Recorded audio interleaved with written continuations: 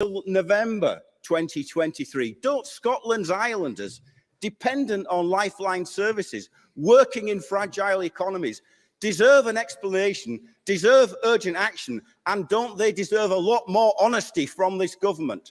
Minister.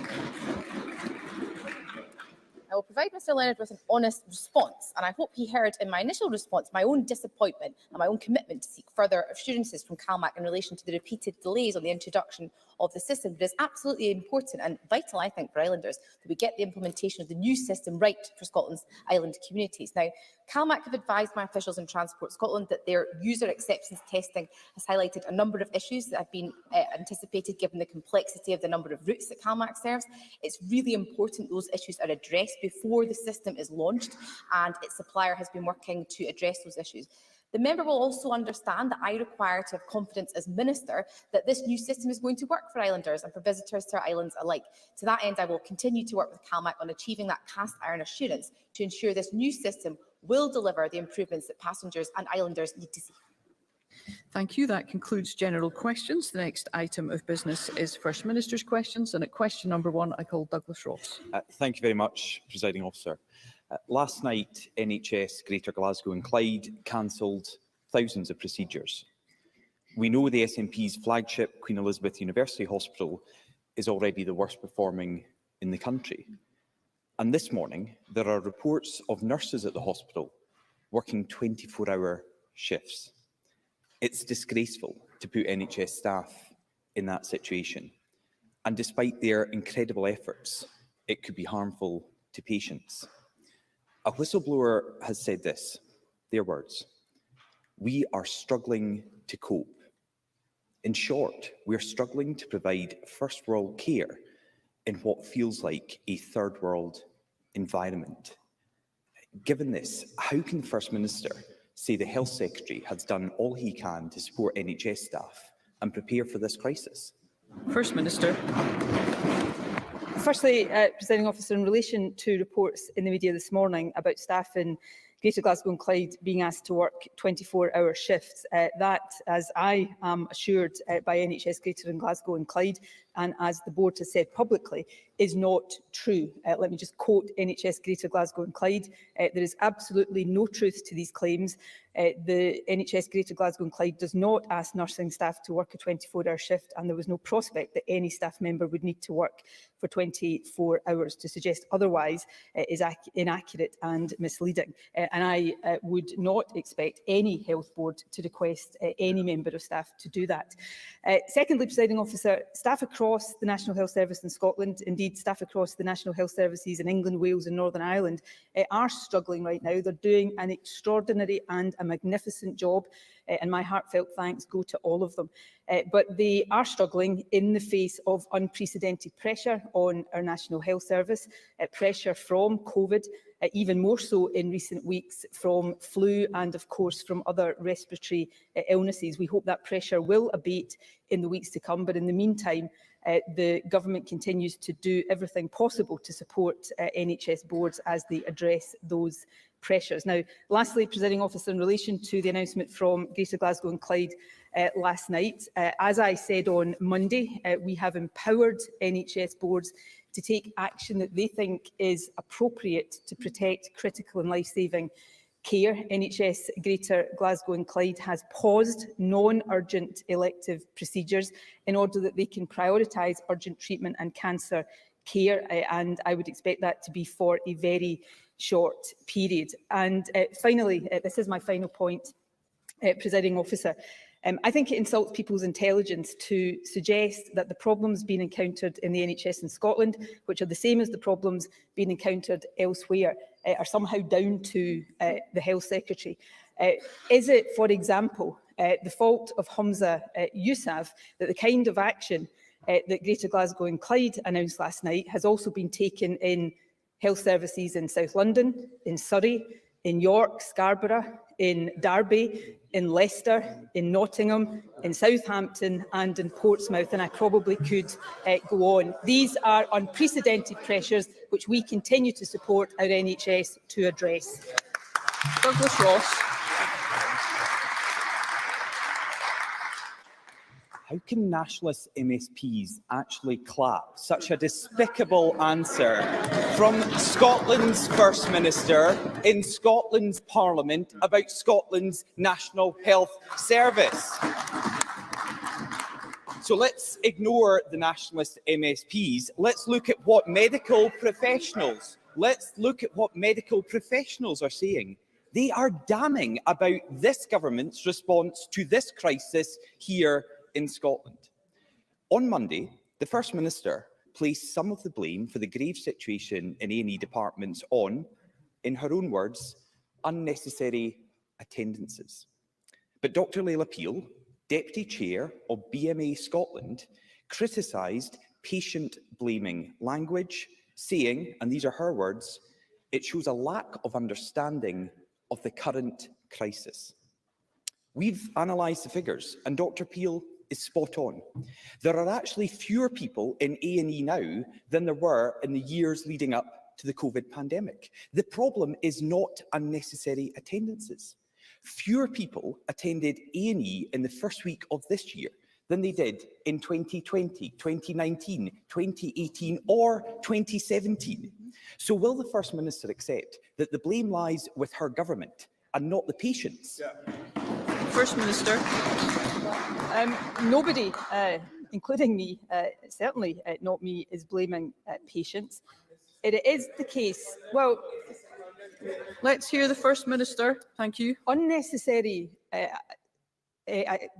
visits to accident and emergency, unnecessary attendances and admissions to hospital are not in the interests of patients. That's why we are working hard to make sure that where patients can be and should be treated elsewhere, that happens. Now, let me just take the points made by Douglas Ross in turn, and let's look in detail at demand and why the figures that he has quoted are actually the case.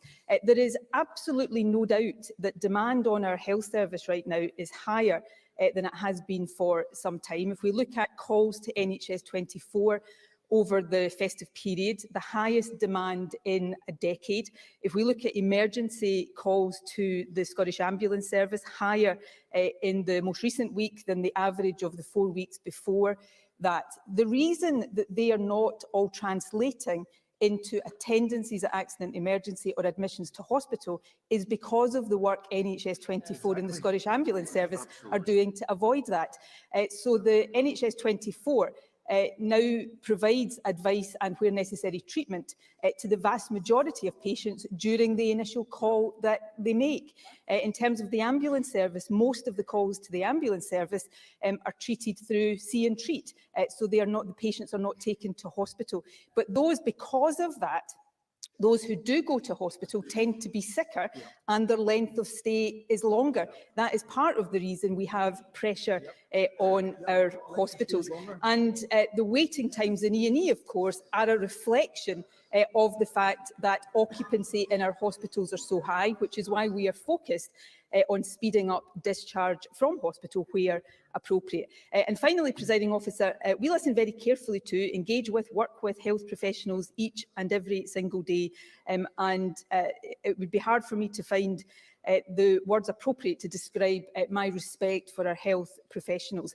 But of course, elsewhere in the UK this week, we've seen healthcare professionals on strike. They've not been on strike in Scotland because of the work this Health Secretary has done and because of the respect that we have for our healthcare professionals. Douglas Ross. I think those words may come back to haunt the First Minister, but, you know, if we're judging Cabinet Secretaries on sector striking, I would hate to be Shirley-Anne Somerville right now, I've got to say that. And we've just heard it. The First Minister is doubling down on her patient-blaming language. The problem is not too many people attending A&E. The problem is this government's handling of the NHS crisis here in Scotland. Dr Peel said exit block is the problem in A&E. And the government have known this has been a huge issue for years. The First Minister was defending her position in the last answer by saying people are getting sicker, but people healthy and ready to go home can't get out of hospital because the First Minister and her government haven't dealt with bed blocking. They were failing to tackle this before the COVID pandemic, and now it's worse than ever. New reports today state that the number of avoidable deaths is now 60 people a week in Scotland. Shocking. That's 60 families across our country grieving every single week the loss of a loved one who could have been saved. So, First Minister, will you confirm those tragic figures? First Minister.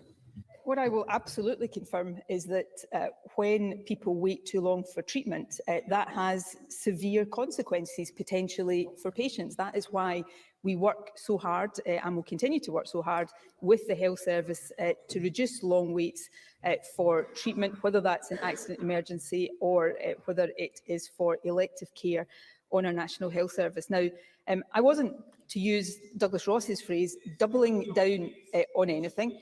And I certainly, for the avoidance of any doubt, I am not blaming patients for anything. It is in the interests of patients to make sure that where appropriate, they can be treated outside of hospital, because it's not in the interest of any patient to end up in an accident emergency unit or in a hospital ward just because treatment is not available in the community. What I was doing was trying to, because it's obvious from his questions that Douglas Ross doesn't understand this, explain the flow of patients through our National Health Service and why we see longer waits in accident emergency. It's because of over-occupancy in our hospital wards. And finally, on the exit block, the significant chunk of what I and the Health Secretary set out on Monday was about tackling delayed discharges.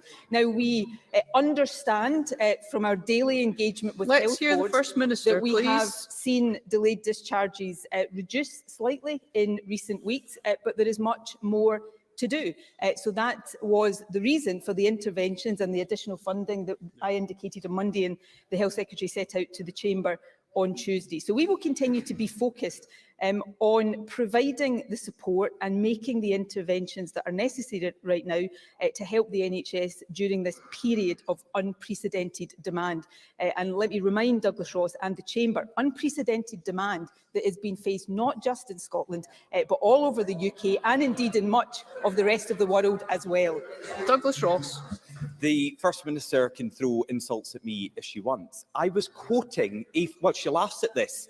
You can laugh at that, First Minister, if you want, but I was quoting a frontline doctor in Scotland's NHS who happens to be the Deputy Chair of the BMA in Scotland.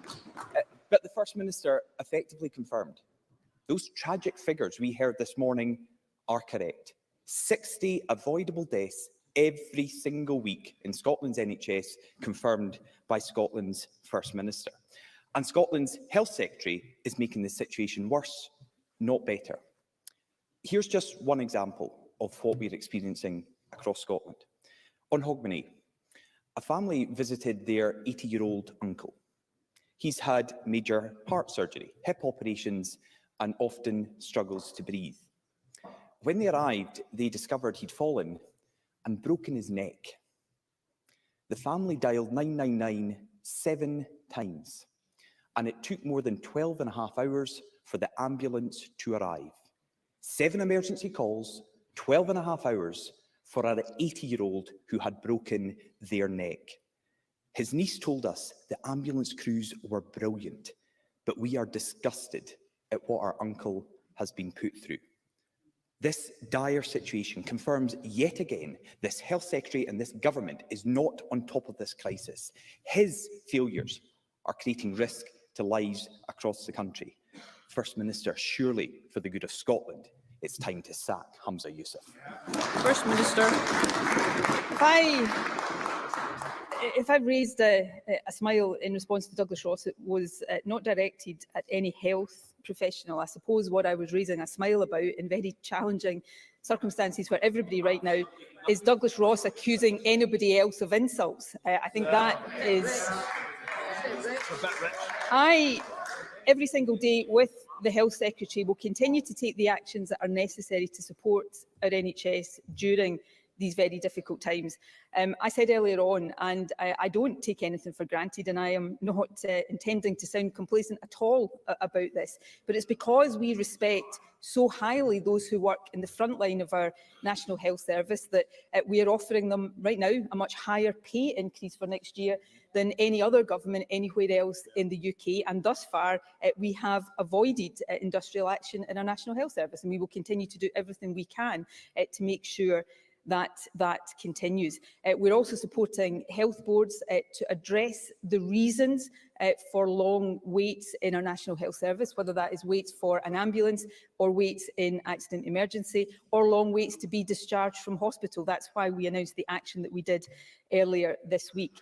There are too many patients right now waiting too long for treatment, and we will continue to do everything we can to address that, while we hope these pressures caused by COVID and by flu in the main abate over the weeks to come. But that should not take away from the fact, and this is true in the ambulance service, it is true in our accident and emergency units, it's true in our GP practices, it's true across our hospitals and other healthcare settings. The vast majority of patients in this country, even during these extremely difficult times, get excellent care on our National Health Service, and that is down to the dedication of those who work in it, and that's why they have my grateful thanks each and every single day.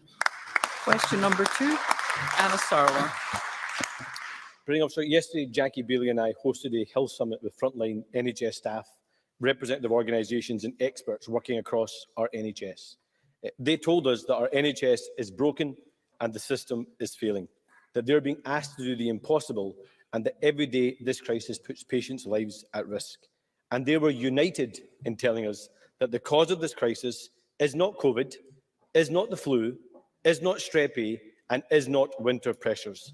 They say that this is a crisis that is 10 years in the making. But the First Minister does not agree. So why does she think Frontline NHS staff are wrong? First Minister. I don't think Frontline Health Service staff are wrong in what they say, but I do think, I don't know why it took until yesterday for Anna Sarwar and Jackie Bailey to meet with health service professionals. The Health Secretary meets with them regularly, and I have engagements as well. You probably never met them.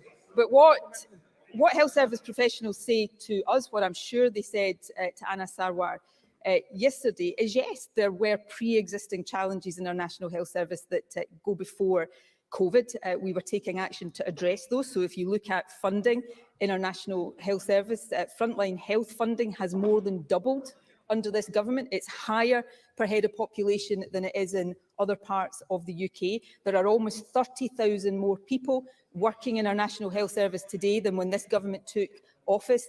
More healthcare professionals, whether that's doctors, qualified nurses, or across a range of different professional groups than there are per head of population in other parts of the UK. So we will continue to work with frontline healthcare professionals to deal with these challenges. But what I do take issue with Anna Sarwar on is that somehow it is not the case that COVID and flu is having a very significant impact on these pressures. There are right now over 1,200 patients with COVID in our hospitals. Anybody who says that is not having an impact on what we're dealing with right now, it frankly is not dealing in reality. In the couple of weeks, I think, leading up to Christmas or over the Christmas period, there were 1,000 patients a week with flu admitted to our hospitals. Anybody who says that is not a significant factor in what we're dealing with right now is frankly not dealing in reality. And that's a comment directed at Anna Sarwar, not at healthcare professionals who are dealing with these issues each and every day. So whether it's on NHS pay, whether it's on record investment, record staffing numbers, we'll continue to support the NHS during these difficult times, as we always have done. Anna Sarwar.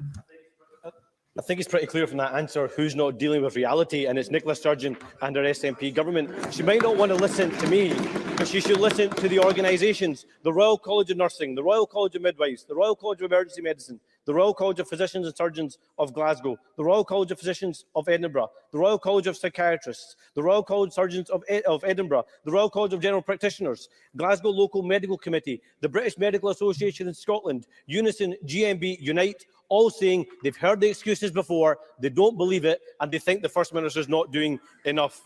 Because the sticky plaster approach will not solve the problem. We heard directly from staff about the impact that this crisis is having on them. They told us, in their words, that this is causing them moral injury. That is personal distress and trauma because they can't provide the care they know their patients need. Psychological and mental trauma for our NHS staff. One of them said that the conditions they were working in meant no dignity, no respect, no safety for patients. And the BME and the Royal College of Emergency Medicine have both said in stark terms that this crisis is leading to avoidable deaths. And they predict that could be as many as 60 avoidable deaths a week. The experts tell us that what was announced this week will not be enough to address the problem. So why can't the First Minister see that her sticky plaster approach is not working? First Minister. We'll continue to take a range of actions. What we announced this week was in addition to the actions already being taken, and of course the record investment that we are putting into our National Health Service in the next financial year, supported by the tax decisions we are taking, asking those who can most afford it to pay a bit more in tax. We'll see an additional £1 billion going into our National Health Service. So we will support investment, and where it is appropriate and in the interest of patients, we will support reform in care and patient pathways within our National Health Service. Nothing Anas Sarwar has said to me today hasn't already been said directly to government by healthcare professionals, because we engage day in and day out with them. They are dealing with unprecedented pressures right now. Some of that does necessitate longer term reform in our National Health Service, but some of that is absolutely being caused by the winter pressures that have been at their peak in recent weeks. I would hope that over the coming weeks and very soon we will start to see flu levels reduce significantly, for example, and that will start to reduce some of that pressure on our hospitals. I think the situation with COVID remains more unpredictable and volatile given new variants that are circulating. So I hope we will see some of this pressure abate, but that will still leave a challenging situation in our health service, which is why the investment, the increase in staffing and the reforms continue to be so important. No government anywhere has a single solution to this right now, but this government remains focused on taking the actions that are necessary, which is why I think we do continue to have the trust of the people of Scotland as we do so. Anas Sarwar. The First Minister is just not listening. The First Minister is just not listening, and the approach is not working. This is not just a crisis in winter. This is a crisis that's all year round. And Nicola Sturgeon's excuses won't wash. The crisis in our NHS is not because of COVID. It's not because of flu, it's not because of strep A, it's not winter pressures. This is a crisis 15 years in the making. And the result, the longest ever NHS waiting list, 750,000 Scots waiting. The worst ever A&E waiting times, 2,000 people a week waiting more than 12 hours. Record levels of delayed discharge, 58,501 NHS bed days lost a month as a result. After 15 years of the SNP, our NHS is broken and the system is failing. Staff are being asked to do the impossible and patients are being asked to accept the unacceptable. Lives are being lost. Isn't it the case that the people that caused the problem can't be the ones to fix the problem? First Minister. On the latter point, that is, of course, always up to the people of Scotland, who they trust to be in government to lead the country through challenges. Of course, there were challenges in our health service before COVID. I have never sought to suggest otherwise. And the actions we were taking around investment, staffing, reforms to patient pathways are designed to address that. There are record numbers of staff in our health service right now, almost 30,000 more than when this government took office, and of course more staff per head of population than anywhere else in the UK. That is the reality. But I think people watching at home, listening to Anas Sarwar, around 1 in 25 of the Scottish population that have COVID right now, the many people watching at home who will be suffering from flu and other respiratory illnesses right now, to hear Anas Sarwar say that the fact that we've got 1,200 COVID patients in our hospitals right now, or that 1,000 patients with flu have been admitted a week in recent times to our hospitals, to hear Anas Sarwar say that has got nothing to do with the pressures in our NHS, we'll wonder what on earth Anas Sarwar is talking about. So we will continue to work with, listen to those on the front line of our National Health Service as we continue to strive to give them fair pay, increases, and as we continue to support them to deliver excellent care, as even during these tough times, they continue to do for the vast majority of patients across our country. Question number 3, Alex Cole-Hamilton. Thank you very much, Presiding Officer. To ask the First Minister when the Cabinet will next meet. First Minister. Tuesday. Alex Cole-Hamilton. I'm very grateful for that reply. My opposition colleagues are quite right to raise the crisis in our NHS, and Liberal Democrat research has quantified just how bad things are. Last year, we discovered that 1 in 6 people who couldn't get a GP appointment actually carried out a medical procedure on themselves or got somebody else to do it. Presiding Officer, Maria is 22 years old. She is a Ukrainian refugee who has been living in Scotland since the summer. She suffers from a hormonal thyroid condition which requires regular testing and treatment. But when she presented to her new GP, she was faced with an unexpected dilemma. The wait was so long that it actually made more sense for her to risk travelling back to a war zone to see her doctor in Kiev. And so she did. Presiding Officer, the air raid sirens, the drone strikes and cruise missile attacks of the Ukrainian capital were less daunting to Maria than the wait for treatment in Scotland's NHS. That is appalling. These are the risks that people are taking for the sake of their own health, and all for the want of basic access to primary care. So can I ask the First Minister, is she embarrassed by this? First Minister. I don't know the circumstances beyond what Alex Cole-Hamilton has narrated of that case, and it would be wrong for me to comment on an individual case. What I do know is that we, again, continue to support general practice. There are more GPs per head of population in Scotland than anywhere else in the UK, 83 GPs per 100,000 population here, compared to 63 in England, 63 in Wales, 75 in Northern Ireland. We, of course, have a target that we are right now working towards delivery of increased numbers of GPs. We've recruited, I think, more than 3,000 members of the wider multidisciplinary teams in general practice and primary care. Access to GPs, like access to other parts of the health service right now, are challenging and very challenging for some patients, and we continue to work to address that, and we will continue to do that with record investment, record support for recruitment, and in partnership with those working so hard across our health service. Question number 4, Fiona Hislop. To ask the First Minister what the implications for Scotland and the Scottish Government are following Met Office reports that temperatures in Scotland and the UK reached the highest on record in 2022.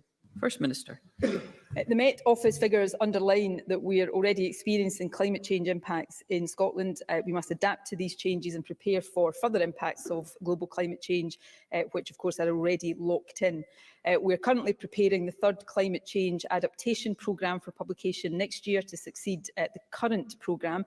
These programmes respond to the UK climate change risk assessments, which present the best available evidence and climate projections from organisations across the UK, including, of course, the Met Office. The Climate Change Committee has urged that risks from higher temperatures be prioritised in the upcoming programme, and we're working across government and with public bodies to ensure improved preparedness for a projected increase in hotter years in future. Fiona Hislop. These figures are indeed alarming, and across the world. We will have a brief suspension.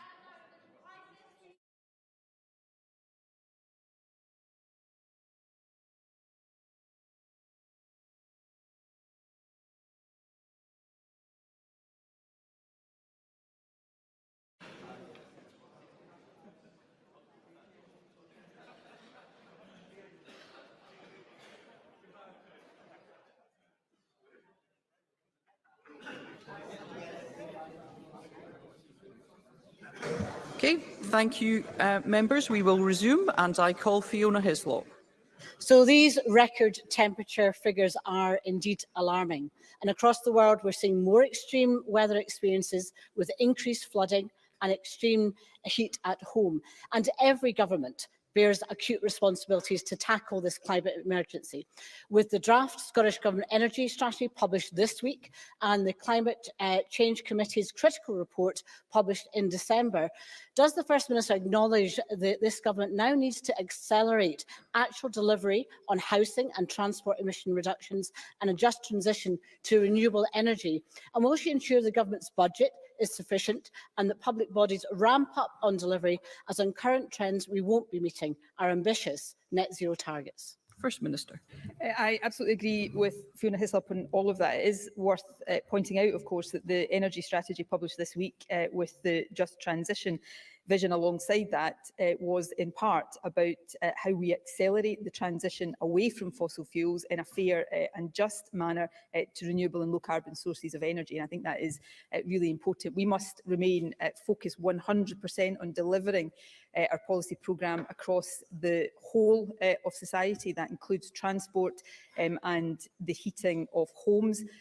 We have to decarbonise the energy system, as I've just said, and the draft energy strategy goes into detail about how we do that. We must make sure the climate change plan reflects all of that. A draft of that will be published later this year alongside sectoral just transition plans setting out a clear path for emissions reductions.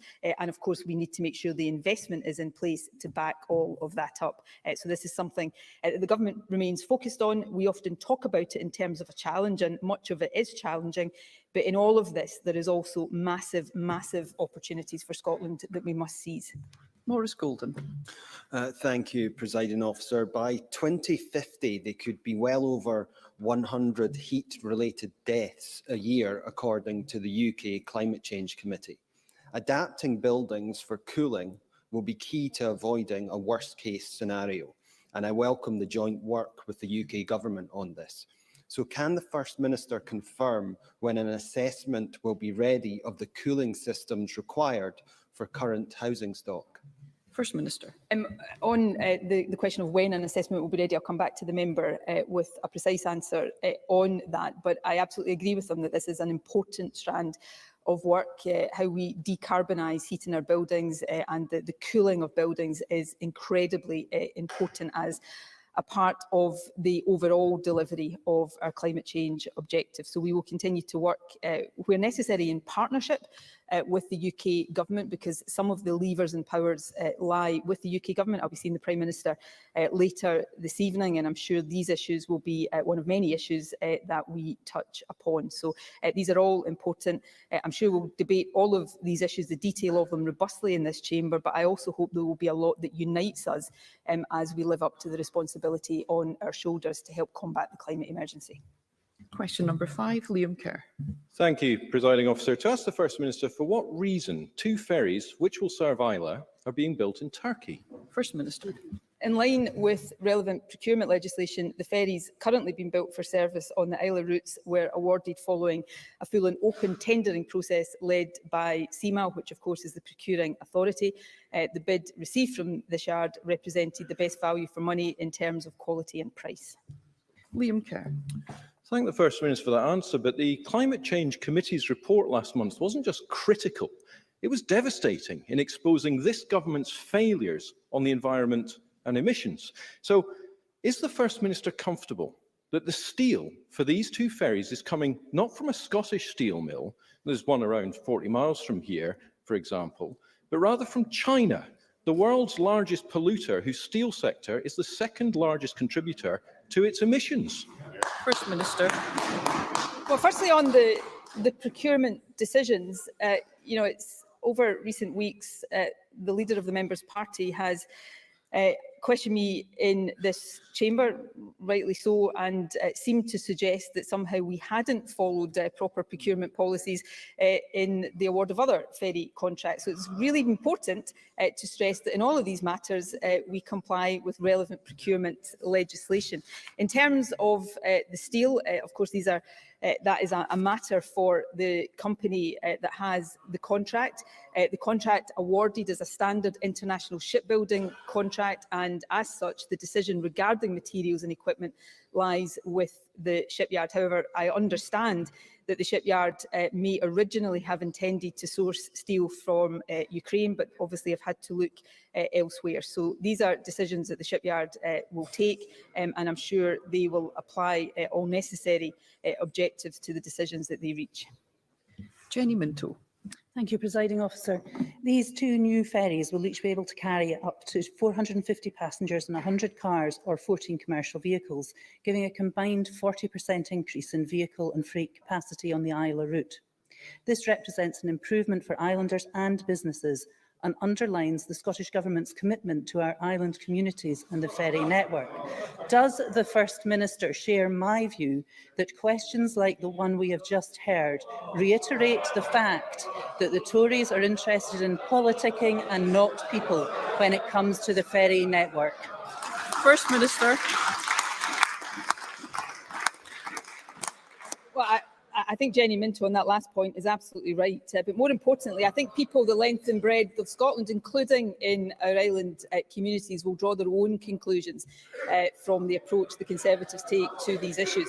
Jenny Minto, who of course represents in this Parliament a number of islands, is absolutely right. The award of these contracts is good news for islanders and island communities, and that's why it's important that they are progressing well. I understand there'll be an update on steel cutting and keel laying expected in the coming days. So we will continue to take decisions that are in the interest of those living in our island communities, such as the decision we're talking about right now.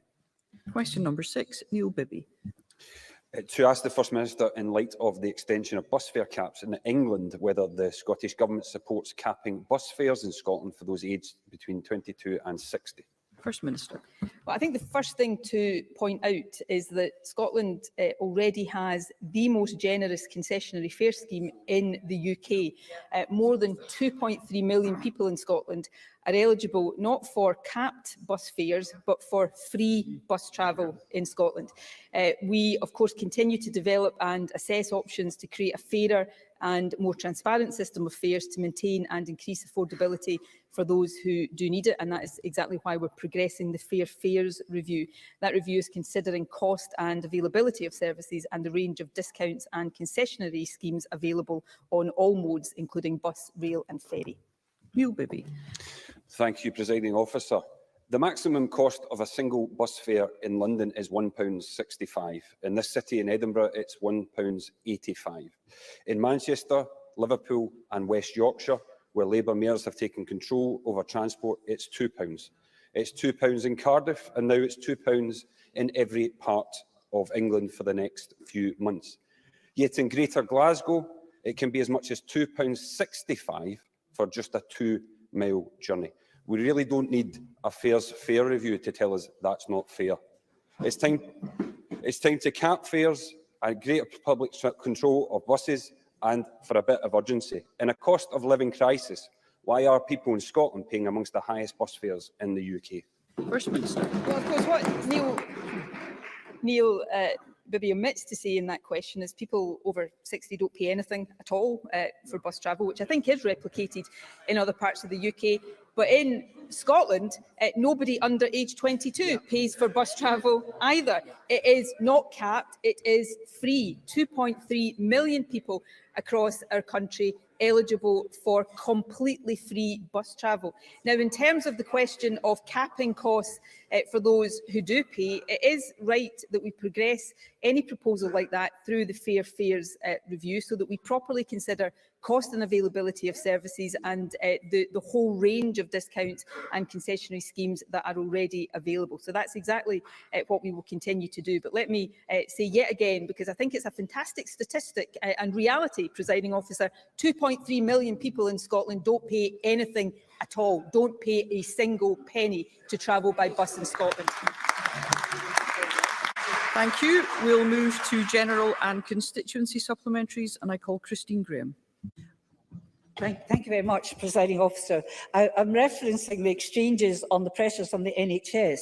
And while I understand that there are some 2 million people have access to the flu vaccine, 90% or so when they were getting their winter COVID booster, is there more that can be done for those eligible to access this? This flu is very, very serious indeed. First Minister.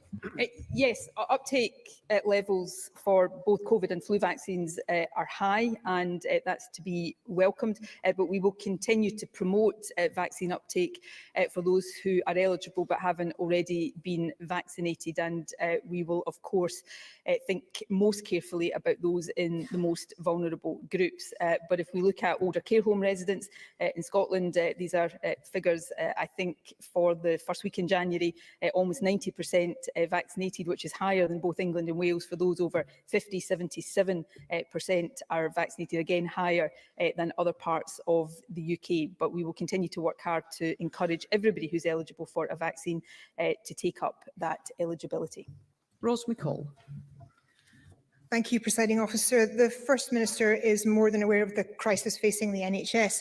Last week, a whistleblower got in contact from the Accident Emergency Department within the Victoria Hospital in Kirkcaldy, expressing their concerns that patients were waiting for over 9 hours to be seen and that patient examinations were being conducted in the ambulances in the hospital grounds. Staff within the department believed a major incident criteria was met, but were not allowed to call or declare it as such. So can the First Minister confirm that no political direction was given to NHS Fife or any other health board for that matter to ensure that a major incident was not called? And will she agree to investigate why staff were not allowed to follow standard protocol? First Minister. I said on Monday, and in fact the Health Secretary has confirmed this to health boards in writing this week, that it is up to health boards, seeking advice and guidance from government where they think that is appropriate, but it is up to health boards to take whatever decisions they think might be appropriate to prioritise critical and life-saving care. In fact, Douglas Ross actually started his questioning to me today by criticising the fact that Greater Glasgow and Clyde have effectively done that by pausing non-urgent care in Glasgow. So the action... Excuse me, First Minister. Members must treat one another with courtesy and respect, and I would appreciate it if there could be no interruptions at the moment. Continue, First Minister. So, in a sense, the point I'm making, Presiding Officer, the action Greater Glasgow and Clyde announced last night demonstrates that health boards have the flexibility where they think that is necessary to take that action, and that is right and proper. Jackie Bailey. The fatal accident inquiry into the tragic fire at Cameron House Hotel more than 5 years ago reported yesterday, and I want to thank the Sheriff and the Lord Advocate for their assistance in getting to this point. The report included a range of recommendations designed to prevent this from happening again. Will the First Minister give a commitment today that all recommendations will be implemented as a matter of the utmost urgency, and will she also consider whether the fire brigade require further enforcement powers, as both Cameron House and the more recent fire at the New County Hotel in Perth appear to have been warned of fire risks but did nothing about them? First Minister. Firstly, in relation to the FAI report that was published yesterday, I'm also very grateful to the Scottish Courts and Tribunal Service for their work on this extremely important fatal accident inquiry and for publication of the report. Let me also mark my thanks again to the emergency services for their response on the night of the fire, and of course my condolences again to those bereaved in this incident. Of course, we will thoroughly consider all of the Sheriff's recommendations. I would expect that, yes, we will accept all of the recommendations, but we have to go through a process of considering them properly, and we're required to respond to these in due course, and we will do that. In terms of enforcement, I think in light of Cameron House and indeed the more recent incident in Perth, and my condolences go to the bereaved in that incident as well, I think it would be right that there is a look at enforcement provisions. Under the Fire Scotland Act 2005, the Fire Service are appointed as the enforcing authority for fire in Scotland, and as part of that, they produce all relevant enforcement procedures while applying the principles contained within the Scottish Regulator's Strategic Code of Practice. As the enforcing authority, the Scottish Fire and Rescue Service work with duty holders in relevant premises to achieve compliance in fire safety through providing advice and support, and where necessary, taking enforcement action. So these systems are set out very clearly, but of course, as part of our consideration of the recommendations of the Sheriff, we will ensure that all appropriate aspects of this are looked at in an appropriate way. Paul McLennan. The Tory UK government continues to show contempt for workers with their proposed anti-trade union legislation. Does the First Minister share my concern about the impact which these plans could have on the rights of people working in devolved public services? And will she join me in condemning and opposing this brazen attack on trade union rights? First Minister. This is a really important issue, Presiding Officer. The UK government, I think it's important to make this point, already has the most anti-trade union laws in Western Europe. But this bill threatens to undermine and weaken the rights of workers even further. We strongly oppose any bill that undermines legitimate trade union activity and doesn't respect fair work principles. I think as governments we should be working with the public sector and with trade unions to reach fair and reasonable settlements respecting the legitimate interests of workers, not trying to pour fuel on fires or take away workers' democratic rights. And these will be points I make very strongly when I see the Prime Minister later this evening. Miles Briggs. Thank you, Presiding Officer. Gorgie City Farm, which gives volunteering opportunities to disadvantaged young people and adults, as well as providing a wonderful green play space and learning space in one of the most urban parts of the capital, is due to close on Monday. Now, I know the First Minister will be aware of the incredible value which this community facility provides, as she's previously visited one of Scotland's last urban farms. So can I ask the First Minister what emergency support could be made available to help keep the farm going in an interim period? And will ministers also agree to meet with myself, council and local campaigners to discuss a way forward to save the farm? First Minister. Firstly, I have visited Gorgie Farm, so I'm very well aware of the excellent work that it does and its real value to the community and I think to Scotland as a whole. Of course, if there are any reasonable steps the government could take to support a way forward, we would certainly consider doing that, and I will ask the relevant minister to meet with the member of the council and representatives of the farm if that would be helpful and appropriate to consider any options for the future. So I will ask that that is taken forward with all due haste. Michael Mara. Thank you, Presiding Officer. A mother in my constituency has provided me with data showing that this year, for many courses at the University of Edinburgh, outside of very welcome widening access places, there were 0 Scots admitted. For Scottish pupils from ordinary families and an average school, the doors are closed, no matter their mind or their endeavour.